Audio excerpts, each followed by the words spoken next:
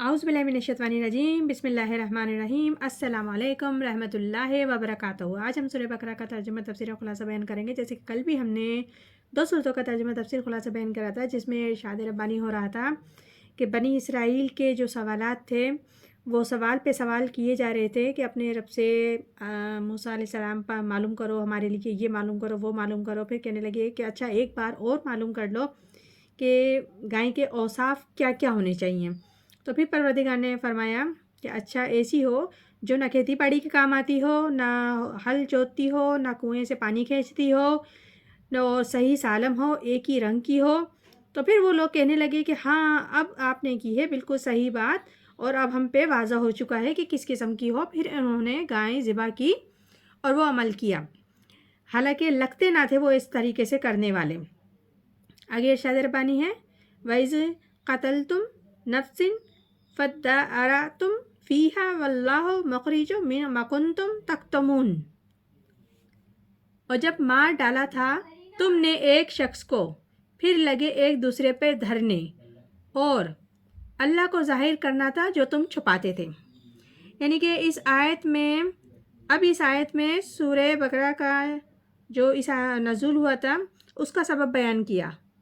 पहले किस्सा बयान कर दिया गया, अब इसका सबब नज़ूल बयान कर रहे हैं कि ये जो अमल हुआ है गाय का कि ज़िबा करो, तो उस वक्त ये हुआ था जैसे कि हमने वाक़ई में इरशाद फरमा बताया था आप लोगों को कि एक शख्स ने बनी इसराइल में कत्ल कर दिया था, और वो यानी कि वो कत्ल करके बंदा फ़रार हो गया था, उसका कुछ पता नहीं लग रहा था। तो लोगों ने एक दूसरे पर इल्ज़ाम लगाना शुरू कर दिया था, और तुम लोग एक दूसरे पर इल्ज़ाम लगाते रहे, और इस कातिल का पता नहीं लगता था, किसी को भी नहीं पता चल रहा था कि कातिल कौन है। और अल्लाह ताला फ़ैसला कर चुका था कि जो कुछ तुम छुपा रहे हो वो यकीनन वाज़ा करेगा। आगे इरशाद रब्बानी है, फ़कुल नज़रिबुहु बिबादिहा कज़ालिका युहिल्लाहुल मौता व युरीकुम आयातिही लल्लकुम ताक़िलून।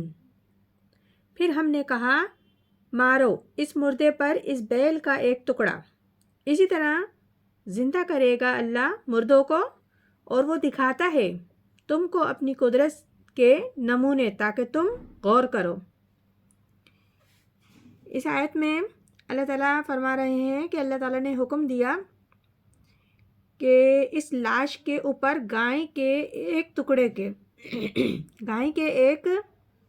टुकड़े से उसके जिस्म के हिस्से को ज़र्ब दो, यानी कि उसको टच करो, छुआओ, लगाओ, और वो देखो इसी तरीके से अल्लाह ताला मुर्दों को ज़िंदा करेगा, क्योंकि जैसे ही वो गाय का टुकड़ा उस मुर्दे को लगेगा वो ज़िंदा हो जाएगा थोड़ी देर के लिए, और अपने कातिल का खुद ही नाम बताएगा। और ऐसा ही हुआ, वो ज़िंदा हुआ, उसने अपने कातिल का नाम बताया और वो फिर मुर्दा हो गया।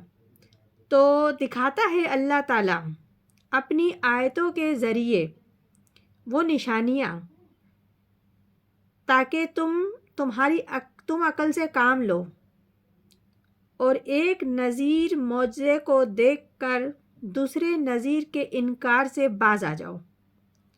और अल्लाह ताला का कोई भी फ़ेल ज़रूरत और मजबूरी की वजह से नहीं होता, बल्कि मसलहत और हिकमत के लिए होता है। और अल्लाह ताला ने इसमें उन लोगों को दिखाया जो लोग इनकार करते हैं मरने के बाद दोबारा ज़िंदा होने पर। तो अल्लाह के लिए कोई भी काम मुश्किल नहीं है, वो जब चाहे जैसा चाहे सिर्फ हुक्म करता है वो हो जाएगा।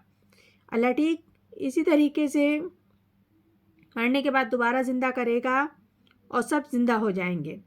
और ये कुरान खुली खुली निशानियों के साथ परवरदिगार बयान फरमा रहे हैं ताकि तुम अपनी अकल को इस्तेमाल करो और सोचो कि हम किस डगर पर हैं। ये सूरह बकर की आयत हैं जिनका भी हमने तर्जुमा तफसीर बयान किया। इंशाअल्लाह ताला मज़ीद आयतों का भी करेंगे। परवरदिगार आलम ہم سب کو صحیح قرآن پاک پڑھنے، سمجھنے، عمل کرنے کی توفیق عطا فرمائے۔ آمین ثم آمین۔ جزاک اللہ۔